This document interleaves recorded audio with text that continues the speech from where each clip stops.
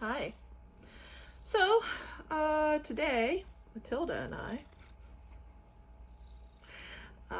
are going to talk about the chapter with Volodin's vision, which, I had proposed that in Maria's vision, Plevin is, among other things, exploring, um, man.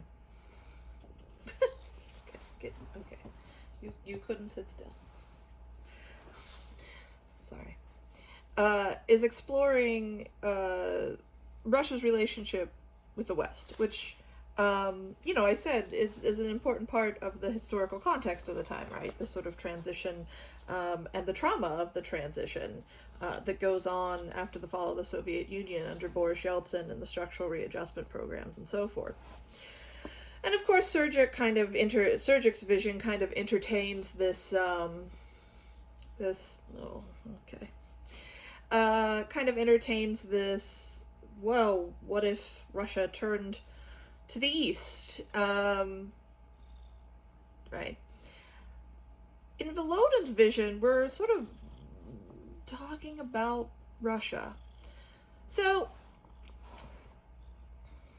Matilda. She's purring up a storm. She's very pleased to be bothering me while I do this. So, we have these 4 new Russians, by which we mean gangsters, gathered around and doing mushrooms. And one of the things that they are talking about is Volodin's discussion of enlightenment, right? And we have been talking about this already, this book's kind of obsession with the Buddhist idea of enlightenment, that if you reach a certain position of non-attachment, you can truly liberate yourself from the suffering of the world, right? From samsara, the round of reincarnation and suffering and death. And in the chapter previous, we see Chapayev drive Pyotr out into the steppe to meet this mystic, this Baron von Ungern or something, right? And they take a journey into the afterlife, so to speak. So we see him interacting. We later realize that one of the interactions they have is with Volodin and Shurik and these gangsters. They go into the afterlife where people sit and wait, having died, to be reincarnated. And, the Baron, and most of them are getting reincarnated as dreadful things like animals in a slaughterhouse and so forth. And, the Baron realizes that these guys have snuck in a back door. They're not actually dead. They just, they're high on mushrooms. And he sends them back. And we see that happen then. We played that out at the end of, fidgety. We play that out at the end of Volodin's vision, right? There's this kind of explosion in the campfire and so forth. That supposedly is the moment at which, the Baron throws them out, this mystic. All right. So we continue with this exploration of these kind of bastardized Buddhist ideas about liberating oneself, finally through this complete non-attachment. And Volodin gets at it in his discussion with the gangsters by talking about this inner prosecutor. And one of the things that I think is noteworthy about this is that when the former Soviets are talking about their inner lives, they imagine their conscience to be a prosecutor, right? The inner world that they imagine for themselves, that they most closely relate to, is, one in which they are criminals, when they are held as criminals and they're going to be punished by the state, right? And so I think that lends us some insight, in a way, into the inner mind of a Russian at this time, right? That the ideas that they have internalized, at least according to Plevin, during the Soviet era, have them casting their inner selves in terms of state power, right? And an oppressive state power, right? A punishing state power. And so we have commentary amongst this, right? This, oh, you've got to be the fourth guy. You've got to be the guy that's none of these people, right? Which is another way of saying that you have to, completely detach, right? You have to accept that none of your impressions, none of your illusions about the nature of the world and identity, no aspect of your ego is in fact real, is essential, right? That is all just an appearance. And so we go on about that. And we've talked about that before in Pelevin's sort of slightly confused reading of traditional Buddhism. But we also hear about Russia itself. So on page 247, if you break into this eternal high, then you don't need any wheels or any petrol or any advertisements or any porn or any news, and neither does anyone else. What would happen then? Everything be fucked, said Shurik, glancing around him. All of culture and civilization, clear as day, that is. And so one of the things they're discussing here is actually the capitalist system, right? That we currently seek happiness, we seek fulfillment through commodities, right? That we buy things that we need and that we want, and that is how we satisfy ourselves. And the suggestion here, of course, is that if you really achieve enlightenment, all of that is, nothing. Sound and fury signifying nothing. And the claim here, of course, is that, the whole world, the economy would collapse if people didn't keep buying commodities, which is true. And so, we have to keep the state is keeping the secret of enlightenment somehow. Or the market, everything be fucked, said Shurik, glancing around him, all of culture and civilization, clear as day, that is. So that's why nobody knows about the eternal high. But who controls the whole business, Shurik asked after a moment's thought. It works automatically. It's the market.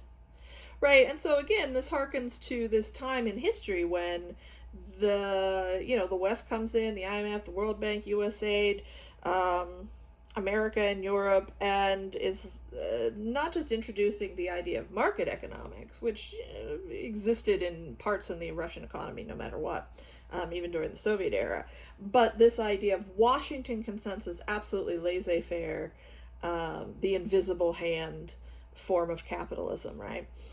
It works automatically. It's the market. Don't you go giving me any spiel about the market, Shurik said with a frown. We've had it all before. Automatic. Yeah, well, it's automatic when that suits, or you can make it single shot, or you can put the safety catch on. Someone's got all the trumps, that's all. Maybe we'll find out who later in about 40 years. And so, we'll never find out, said Kolyan, without opening his eyes. Come on, just think about it. When a guy's got $1 million greenbacks, he just sits back and takes it easy. And anyone who starts to spread the dirt about him gets dropped straight off. And the guys who are holding trumps or got the real power are way heavier than that. The most we can do is take out some hulk or torch some office, and that's it. Nothing but garbage men we are, clean up the small stuff. But those guys can bring in the tanks if they can't fix anything by spieling. And if that don't do it, they've got planes and atom bomb if that's what it takes. Just look what happened when the Chechens started shelling out. Came down on them like a ton of bricks, didn't they? If they hadn't copped on that at the last moment, they wouldn't be able to shell out for nothing no more. And remember the White House. How could we ever come on to Slav East like that? And so he's comparing, this world of gangsterism to the world of government, right? He's saying that, we can do small stuff, right? We can put a hit on one guy, or we can burn down an office or something, right? This kind of thing that we associate with this, underground criminal economy. But the government has tanks, right? Has the atom bomb if need be. There's this, entire discourse where there's, it's just that the government is the biggest gangster of them all. And that's the perception, right? And he brings up the White House. And again, to revisit that incident, the nascent democracy in the new Russian Republic, Yeltsin declares martial law, runs a bunch of tanks up to parliament, and fires, right? I mean, how could we ever go in on a rival gang like that? Right? This incredible power. And there's no distinction made between the two, right? It's just gangsterism all the way down. You give over with your White House, said Shurik, dopey bastard. We're not talking politics. Listen, we're talking about the eternal high. Really now, they said on the box that all of them in the White House were going around stoned out of their skulls. Maybe they twigged about this eternal high, and they wanted to tell everyone about it on the telly. So they went out for Ostenkino, only the cocaine mafia wouldn't let them through. Now my marbles are slipping. And so this kind of, this brief consideration that the political opposition to Yeltsin had discovered the truth of the eternal high, had, and went to Ostenkino television tower, which we discussed in Maria's vision. There had been an attack on it as well, as protesters had tried to reach the tower to get word out about what was really happening. The government was really attacking Parliament, and so then the government fought back. And, in Maria's vision, theoretically, that's how she got hurt, right? He brings it up here again. It's obviously something that, Pelevin revisits as this kind of emblematic incident. And, his suggestion that the members of Parliament, who were working for democracy, they were democratically elected, they were trying to fight this plan of Yeltsin and the West's that eventually wrecked Russia, for the entire decade, right? That they had gained enlightenment, perhaps, right? And so we see, again, these kinds of political ideas that Pelevin is playing with. They also talk about Russia's past, right? We get more of this idea about the inner prosecutor and so forth. And I would say, too, that a larger theme that we've already discussed in this book is this idea of identity. And so in Maria's vision, there's this idea that both she and Arnold Schwarzenegger, and by extension all of us, there's no there. There's no essential identity. There's no actual existing ego of the self. There's just everybody's impression of you put together, and that is you, and including perhaps your impression of yourself. And all of these impressions, to get us back to this kind of Buddhist line, we take as fact, but that's not the essence of the world. So we're kind of, in a way, when we do all of this, the inner prosecutor, the inner, defense attorney, the inner witnesses, right? This idea of this infinitely fragmented identity, kind of like Maria herself, right? Assigned male at birth. We have Maria, who is gendered as a gay man.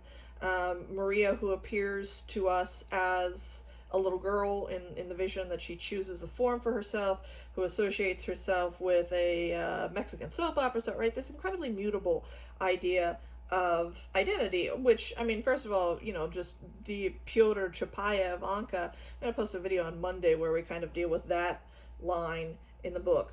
And so that, by the time you sort of get to the end of it or get close to the end of it, these incredibly mutable identities, right?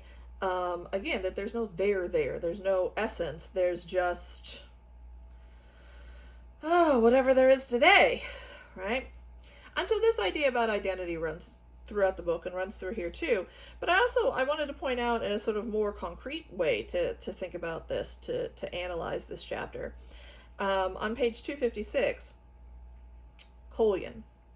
Once I was on my way home from this kill, I felt real miserable. I had all these doubts, when you feel your spirit getting weak. And there's this kiosk with these icons and these pamphlets and stuff. So I bought one of them. Life Beyond the Grave, it was called. So, he's come home from killing someone, right, from gangstering, and his conscience is getting the best of him, right? So he stops and he picks up a religious pamphlet. And of course, the religious background of Russia, as we've already discussed in general, is Christian Orthodoxy, is Russian Orthodoxy, right? I read about what happens after you're dead. It was all such dead familiar stuff, honest. I recognized it all straight off. Holding cell, trial, pardon, time, article. Dying's like moving from jail to the camps. And so when he talks about the camps, he's talking about the Gulag. Now, I sometimes teach a class that deals in Gulag literature specifically. This was the first work camp in Russia, started up in 1928. It was a prison camp, but also a labor camp, and it is how Stalin constructed the White Sea-Baltic Canal north of St. Petersburg. And the ostensible purpose of these camps was to contain not just criminal prisoners, but also political prisoners. And under Article 58 in the USSR's legal code, anything could be a political crime. And over the years of Stalin's reign, millions of people went through the camp system. Many died. They were out in the middle of nowhere. Prisoners were used for things like logging and mining and, basically natural resource extraction type stuff. Although there were also prison camps where prisoners with specialty knowledge, physicists and so forth, did that kind of work for the government. And in fact, sometimes charges would be trumped up so that they could arrest people to go in on these special projects in the camp labor system. So there you go. The camp system existed after Stalin, but at a lower volume, right? I mean, Stalin outright killed millions of people, millions more died in the camps because of the terrible conditions there, basically worked to death, starved to death, frozen to death, right? They're fundamentally different than, say, perhaps Nazi concentration camps, insofar as you could theoretically get out of them, and people did. The point was not genocide. Ostensibly, the point was reforming criminals and protecting society from criminals. No. The practical goal was slave labor. But the actual goal was terror. And Stalin's regime ran on terror. The idea being that if you knew that people were in these camps, if you knew that, anybody could be taken off the street at any day, that your neighbor could inform on you, that someone would come for you, that this was a possibility, right? I mean, it keeps everybody in line. The irony is that over time, as we get onto Glasnost, as I had mentioned, as we get onto the 80s and Gorbachev opens up the archives, so to speak, about all of this, many people never realized the extent of the camps. There were camps all over Russia. I mean, millions of people went through these things over dozens and dozens of years, and people didn't realize the extent of it, truly. And they found out the extent of it and kind of lost their minds, frankly, at the end of the 1980s. They just shocked at the extent of the brutality in the history of their country. People were still alive. There are accounts, I remember watching one documentary of a family, a man finding out that his father had been an infamous camp guard and had killed all of these prisoners. He had no idea, right? And imagine finding that out. Well, anyway, so when Kolyan talks about the camps, that's what he's bringing up, the Gulag system. And here he's picked up a Christian pamphlet and he's comparing it to this prison camp system, right? They send the soul off to this heavenly transit jail, tribulations it's called. Everything's done right, 2 armed escorts and all the whole works, punishment cell downstairs, upstairs, the good life, right? Heaven and hell. And while you're in this transit jail, they slap the charges on you. Your own and everybody else's too, and you got to get yourself off on every article, one after the other. The main thing is you got to know the criminal code. Right? So he's likening this idea of judgment in Christianity, right? That you will someday answer for your sins and go to heaven or hell about it, right? To going through the judicial system, right? To trying to get yourself out of prison. But if the big boss, God, feels like it, he'll stick you in solitary anyway, because under his criminal code, you're fitted up under half the articles from the day you're born. Original sin, right? For instance, there's this article says you answer for all your spiel, not just when you mouth off out of line, but the whole thing, every single word you ever said. You get that? No matter which way you twist it, there's always something they can put you away on. If you got a soul, you're in for the tribulations. But the big boss can slim down your time, especially if you call yourself a worthless heap of shit. He likes that. And he likes it when you're afraid of him. Wants everyone to be afraid of him and feel like shit. And there he is with his big-time radiance and these big wings fanned out wide, bodyguards, angels, the whole works. He looks down at you. What you gotta say now, you lump of shit? Get the picture now? I'm reading it, and I remember a long time ago when I was training to be a weightlifter, and it was perestroika. They printed something like that in Ogonyuk publication. And then I remembered, and when I remembered it, I broke out in a sweat. Turns out life under Stalin was like life after death is now. So what he's referencing here is this Christian tenet that's certainly operable under Orthodoxy, that you are supposed to feel bad about your sins, right? That one of the ways to be forgiven by God is, to declare yourself a sinner and to beg for forgiveness, right? To feel real remorse. And you, of course, are supposed to fear God, right? I mean, anybody familiar with the Christian tradition has heard this, right? That particularly in, older versions of Christianity, not necessarily some Protestant sects, but, Catholicism, Orthodoxy, fear the Lord your God, right? Because he's all powerful. And so here we are, right? He likes that. And now we transition to life under Stalin. I don't get you, said Sherrick. Well, look. Under Stalin, after death, there was atheism. But now there's religion again. Which is true, right? The Communist Party was officially atheist. And that didn't necessarily stop people from believing in their religion. But, officially, if you're a communist, you're an atheist.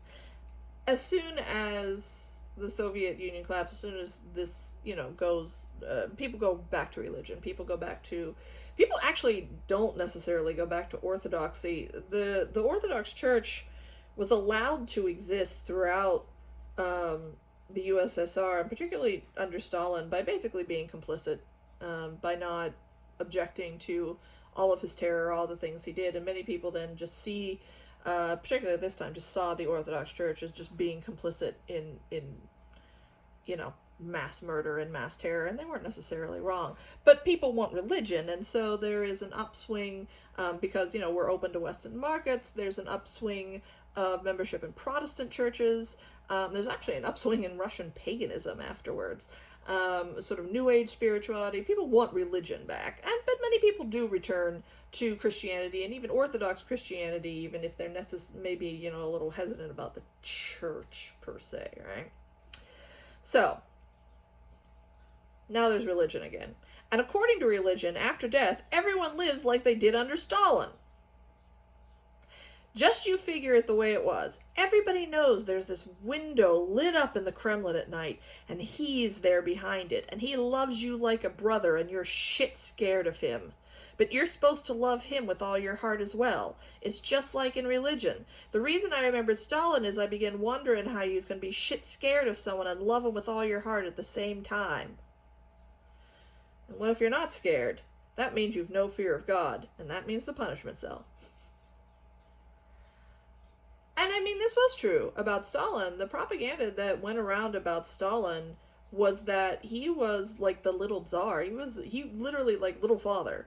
That he loved his people. And so if you think about the purges of the government that happened, we have this terror, 1937, 1938, we have this terror that he enacts on the country. 1 million people died that year. Many, many more went to the camps.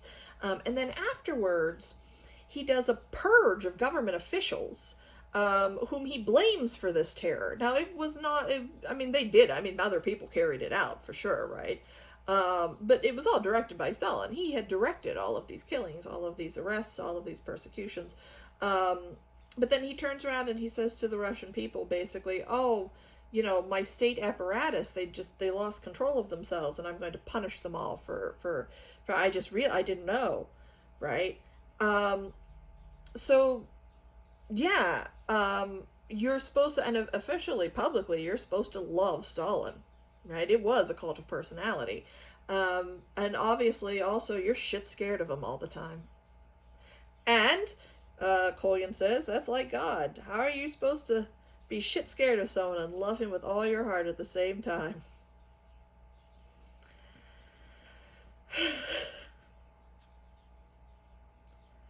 If you call yourself a pile of shit soon enough, or not just call yourself one, believe it for real, then you'll get a pardon. And then they'll let you into heaven to see him. The way I made it out, the main thing they have to get off on is looking at him all the time while he's taking the parade from up on top of the tribune.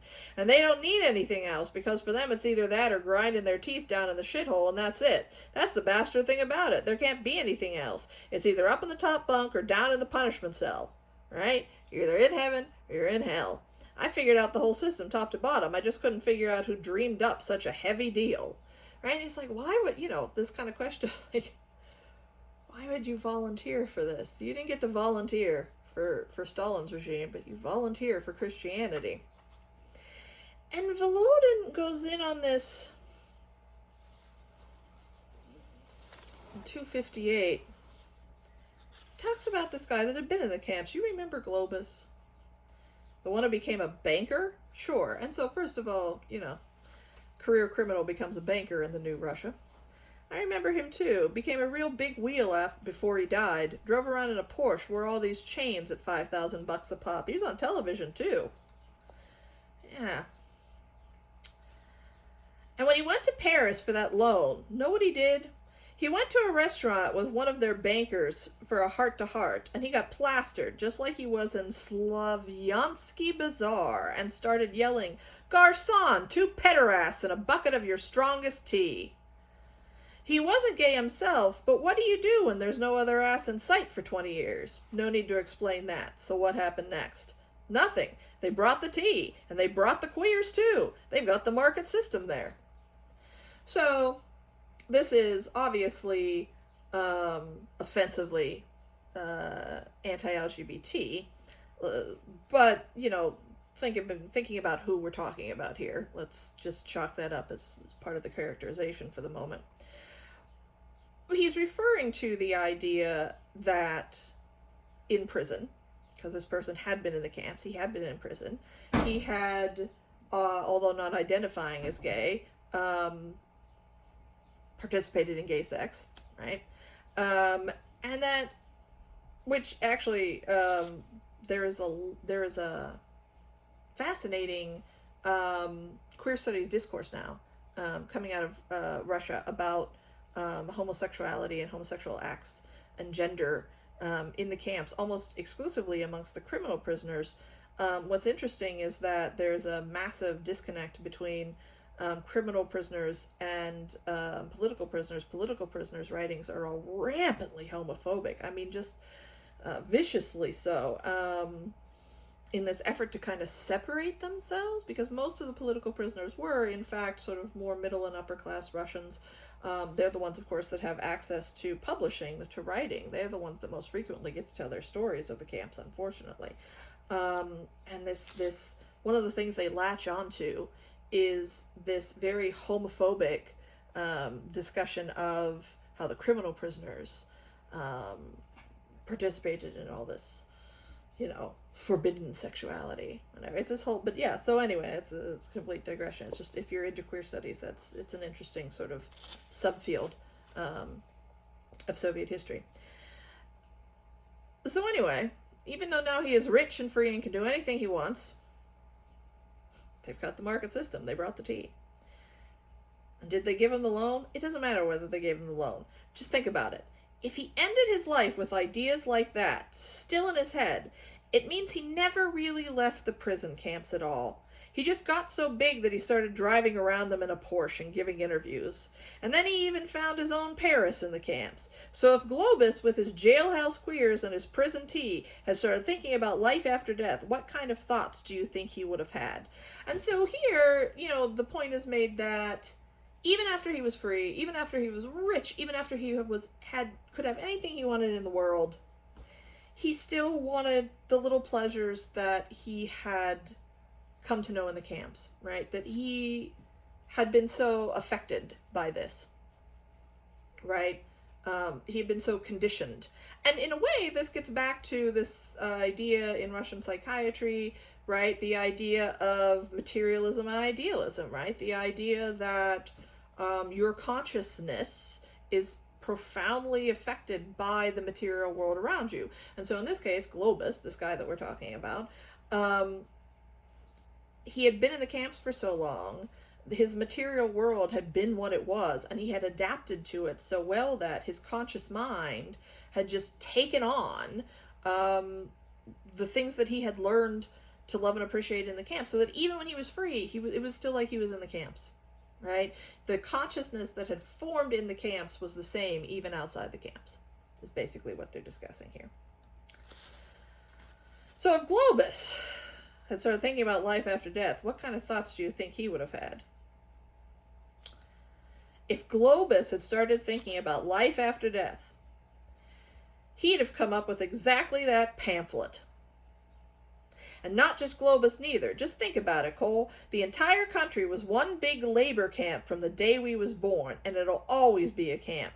That's why God's the way he is, with all them flashing lights and sirens. Who believes in any other kind round here?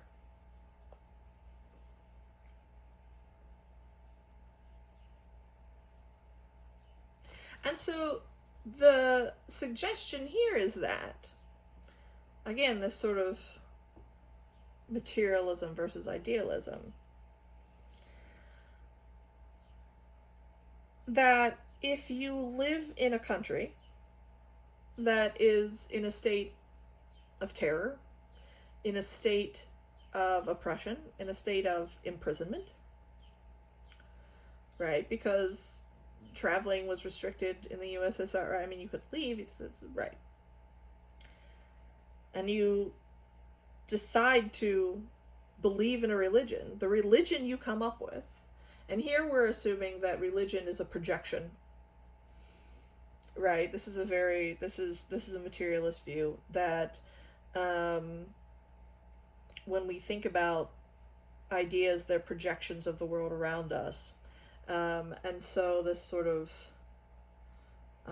this idea that, you know, when human minds construct religious beliefs, those religious beliefs are projections of the ideas that we hold, right? And then we come to, they get alienated from us. We come to see them as something separate. We don't recognize them as projections, but that's what they are. And so that's what Shurik is discussing here. And then, listen, Shurik said suddenly, I just had a thought. Maybe that's not the way it really is. Maybe it's not because we live in a camp that our God is like a big boss with flashing lights, but just the opposite. We live in a camp because we chose a God like a mobster with a police siren. And then he turns it around. He's like, well, maybe our religion isn't a projection of the world that we live in. Maybe the world that we live in has been generated. We have unconsciously made it out of our religion, right? And so this would be idealism, the thought that the idea comes first and then manifests itself in society, which is of course the opposite of materialism. All that garbage about the teeth and the soul, about the stove where they burn the down and outs and that armed escort up in the sky, right? Heaven, hell, the punishing God you're meant to fear, you must beg forgiveness, right? You're supposed to be shit scared of and love him all the time, right? It was all dreamed up centuries ago, and here they decided to build heaven on earth. And they did build it too, build it for real from all the plans. And when they built heaven, it turned out it wouldn't work without hell, because what kind of heaven can there be without hell? It wouldn't be heaven at all, just boring as fuck. So, as it is above, so is it below. And as it is below, so it is above. And when everything's bottom up, how can you explain that there isn't any above or below?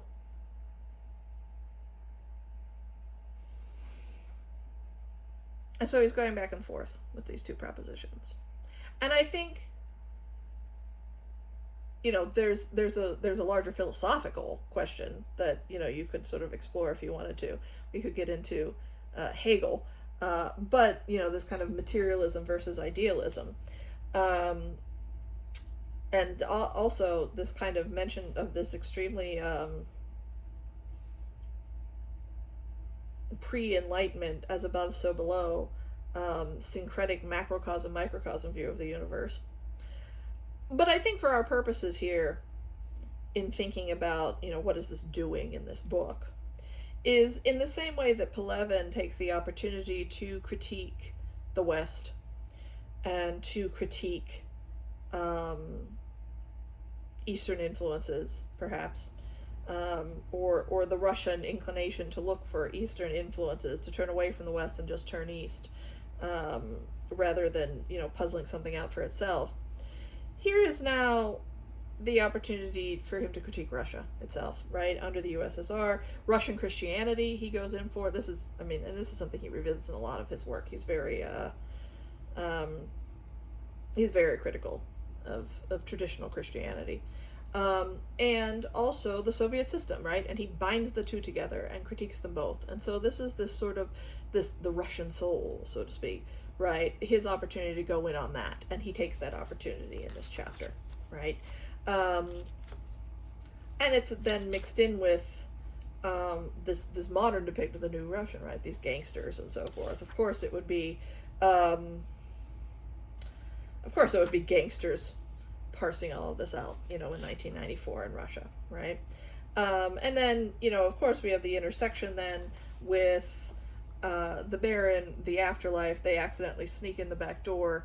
They don't get reincarnated because they're not actually dead. They're just high on mushrooms. He sends them back out. We have that.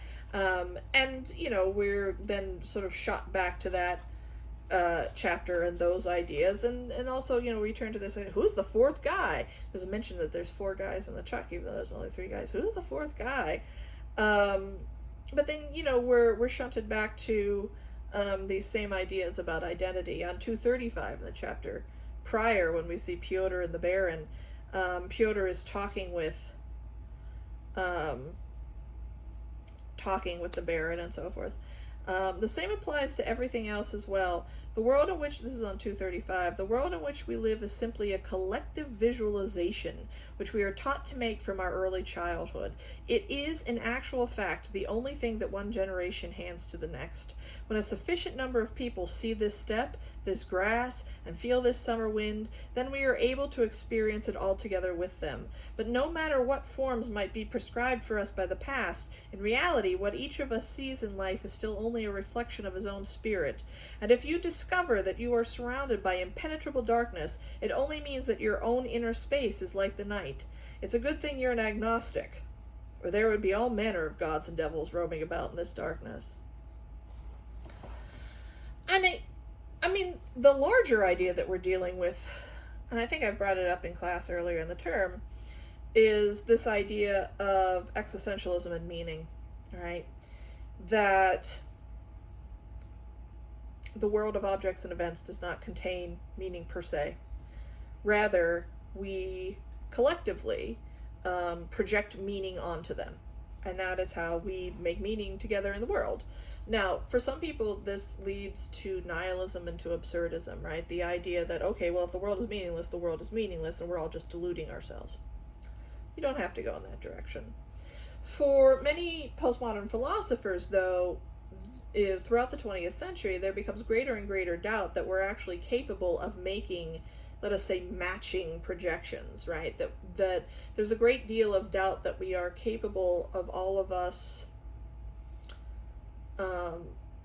generating meaning to project together where the meanings actually match up, where we're actually thinking of the same things. And that there's a great deal more, many more gaps and spaces and misinterpretations and opportunities to not understand one another than there actually are real understandings, right? And so this concern about the stability of meaning makes up an important part of postmodern philosophy, what's called post-structural linguistics, etc., etc. We've described the idea of the sign, right, in language, right? You have a cat, you have the sound cat. Neither of those two things mean anything until you put them together. So you have the signified, the signifier, you put them together, and I say cat, makes a sign, right? How stable are those signs?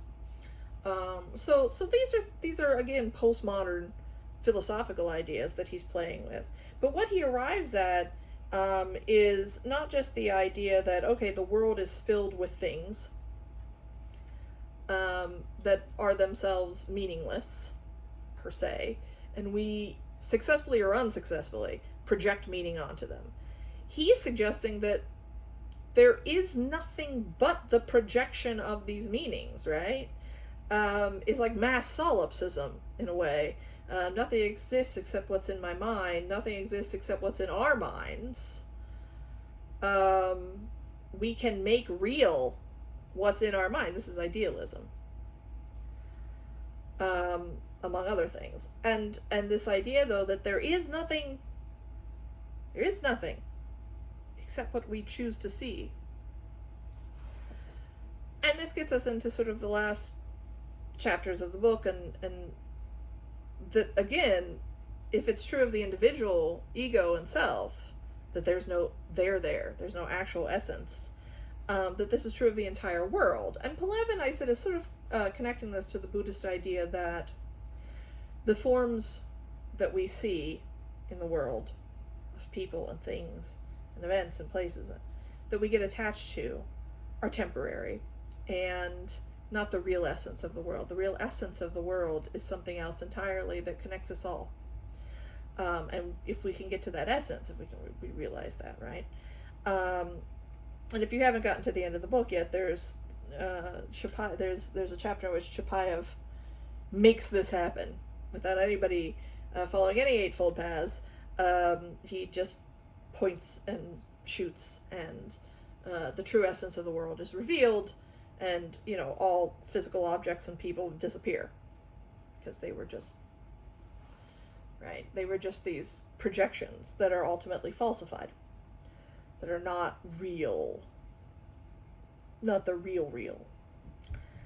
Well, we can think about how convincing that is or not, but these are the ideas that he's playing with, right? Materialism, idealism, shared meaning, how reliable meaning is at all, how stable identity of people is, how stable events are, right? Because Pyotr is living in this world where, is he in an asylum? Is he in the war? Did the war even happen? The depiction of the war is of something absolutely ideologyless, right? Something absolutely meaningless. But, the actual history, I think it's important to remember the actual history of the revolution in Russia. You had a brutally incompetent czar, right? An autocrat, a dictator, who had gotten the nation embroiled in World War I. Millions of people had died. His incompetence was exacerbating famine, death. It was terrible, and he didn't seem to care. And there was a people's revolution against him and his wife. And then the Bolsheviks kind of, and this just kind of creates chaos, right? So the Tsar is deposed and there's nothing sort of to replace it, because it's really been authentically like people just snapped. People are like, we can't take this anymore, right? They're firing on protesters, unarmed protesters in the street who are just coming out to demand bread, right? So Lenin and the Bolsheviks take over. And Bolshevism is real. It's tempting when we think about the USSR, if we think about someone like Stalin, who's really just in it for his own power, if we think about the later, sort of Brezhnev, gerontocracy, all these corrupt old men, to think, oh, there's no ideology there. But for Lenin and for the Bolsheviks, for the original revolutionaries, there really was. There really was a Marxist-Leninist ideology. There really was the Bolshevik dream of what the country would be, and they were fighting for it, for the chance to build communism. And, this was a thing that people believed. And they fought a civil war with people who wanted to restore the capitalist autocracy, right? Again, people really believed in these things, and it was important. It mattered, obviously. In a real world sense, it mattered for the history, for the future history of the country, which one of these things won, right? And yet, the way Pelevin presents that history is that, the Reds and the Whites are hanging out together, and nobody actually believes in anything, it's all stupid and pointless, blah, blah, blah, and, I think a lot of people would disagree with that, right? That regardless of how things turned out, in that moment, you had thousands and thousands, tens of thousands, hundreds of thousands of people to whom these things mattered, and not just mattered in an ideological sense, but mattered in the sense of life or death. People living and dying over these ideas, voluntarily or involuntarily, right? Like Maria, you have to read the news and feel real feelings. And Pyotr is incapable of doing so, right? And there's an argument that Pelevin seems to be incapable of doing so. I've talked about his critics. In any case, this rejection that there's any essence to all of this, right, runs throughout this book. But I think we can also understand this if we think about, the immediate history of Russia, right? We just keep within 100 years, we've overthrown two massive, powerful dynasties, completely ideologically opposed, one from the other, from the next. People, have gone through this chaos.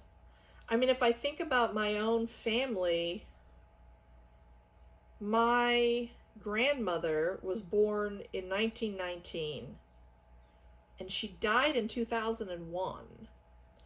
So if we had just shifted her, back 10 years, let us say, my grandmother born in 1909 could have lived to 1991 and lived through all three of these things. All three of these regimes, gone through all of it, right? There are people that lived through literally all of this in Russia too.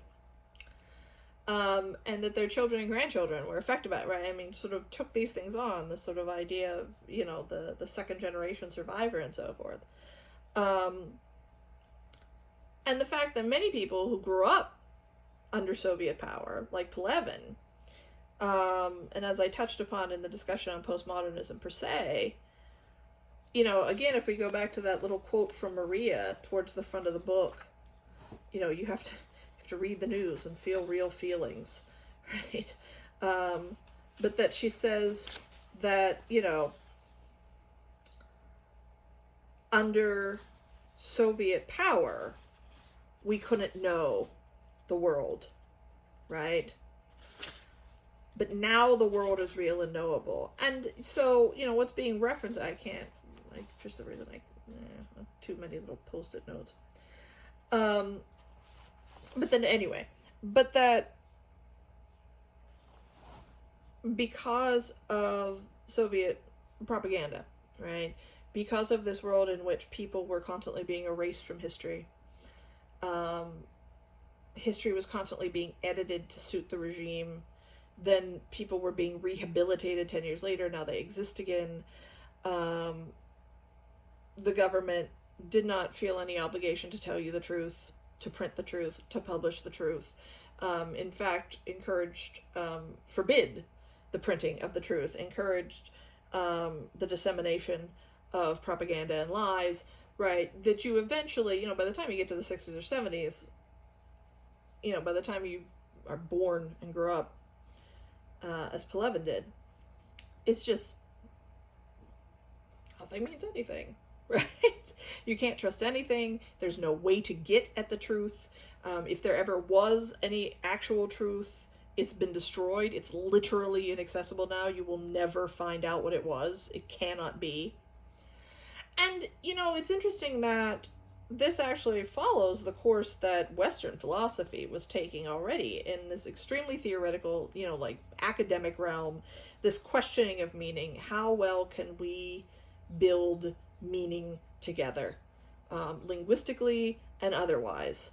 And I don't want to get us bogged down too much in that, but I mean, if you want to Google around, or if it's something that interests you, the idea that the history of postmodern philosophy is the breaking up of ideas, of claims to capital T truth, that there is no capital T truth of the world, that there's many little t truths, and we maybe will never quite get at them all, and we'll never quite get the full truth of any of them. And even if you yourself are witness to that truth, if you know it yourself, you may never be able to communicate it fully or completely. All of these half capacities, right? We can get part of the way there, we'll never get the whole way there. And so what does that mean for the recording of history, for the assimilation of history, right? For making shared meaning out of historical events, right? I mean, so these are topics that philosophy in general in the 20th century throughout the Western world is thinking about. And simultaneously in Russia, people are kind of, through just their experiences, reaching the same conclusion. Well, okay, we'll never know real history. We can't know real truth. we can't take anything for granted in terms of what it means or what actually happened or what actually is going to happen. Okay. Right? And eventually you're just untethered. You're just drifting around in a world of, who knows? Good luck. Right? And we can see, I think, very clearly how that has affected Victor Pelevin. Right? He has created a world in this novel where historical events are fundamentally meaningless,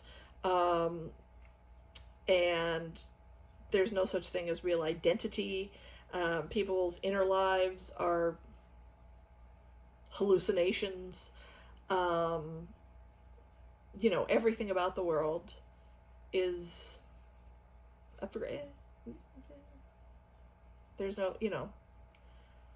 no essential truth to any of it, to who we are, to politics, to anything, right? Or is the chaos of the world making our own minds chaotic?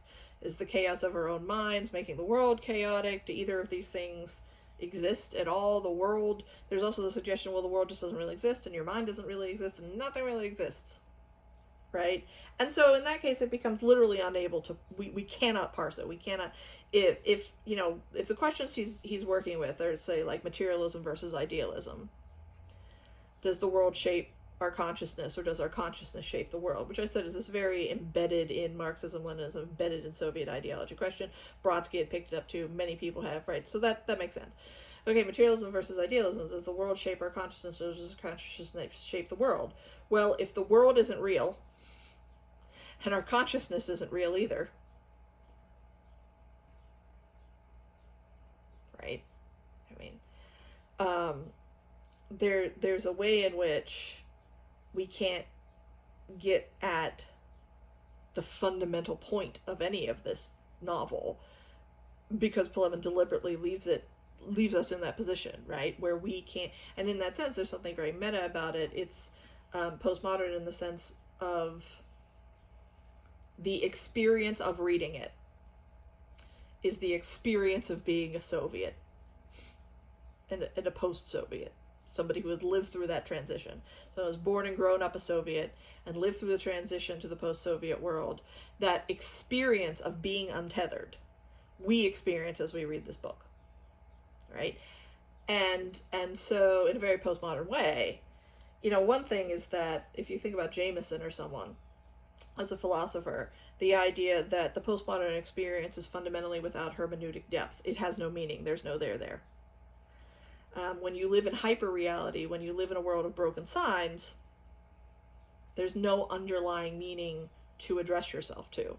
You just have sensations, and they roll over you, and hopefully they're pleasurable. And so the question is this a postmodern novel? Well, on one hand, absolutely not, because it has hermeneutic depth, because we can analyze it, because I've already spent 2 hours of video time talking about it and analyzing what it means, right? A truly postmodern work of art is just an experience. It's just sensations. It's just this hyper-reality, this simulacrum, this fundamentally meaningless experience that rolls over you. And so, but there is a way, a little bit, in which the book is a postmodern piece of art in that sense, in that it has created an experience for the reader. This harkens back a bit to Dostoevsky and the Double, right? We talked about this in class when we talked about the Double, that as you're reading it and as the farther into the book you go, the more and more confused the protagonist gets, the more and more confused the narration gets, the more and more confused you as the reader get, to the point where at a certain point, even myself, you're reading it and it's just sort of washing over you, right? You give up trying to make a full reading of what's happening because you kind of can't. Right? And so the experience of the protagonist becomes your experience as the reader. There's something now, I mean, that's not postmodern, it's 150 years before this. But on the other hand, there's something relatable about this, right? That at a certain point, if you try to parse through all of these ideas and illusions, I don't know that you could produce a single correct reading of this book. I don't know if any single correct reading of this book that you produced, you could justify against other readings, I think you'd be justified to saying that in some sense, the point is to play with all of these ideas and come to no conclusion about them, right? And so again, this being born, growing up under Soviet power, and then going through this transition to the post-Soviet world that is equally just chaotic and horrible, right? The postmodernism, excuse me, the postmodernism of the market, right? The postmodernism is the logic of late capitalism as opposed to postmodernism as an effect of Soviet power, right? To just move from one to the other, as Plevin and people did at this time, is just this experience of just like, okay, nothing is real. There's no real truth, or if there was, we'll never figure it out. It's impossible to know, and everything the people tells us turns out to be a lie, because that was certainly apparent by 1994 in Russia. We thought we were getting democracy. We thought we were getting some kind of market. Instead, the leader of the country fired on the elected parliament, and gangsters all the way down, and nothing. Oh, sure, fine. Right, that experience that we get a little bit when we read this book. So, all right, I've talked a long time about this. It's probably too long. So yeah, come Monday. I mean, you don't have anything due until Thursday, but maybe try and get a lot of the book read by then. And I'm gonna, instead of talking about these intermissions, we'll try and think through the through line of Chapayev and Pyotr and Anka, right? So that's sort of where we'll be on Monday. Stay safe, stay inside, wash your hands, wear your masks. Good luck.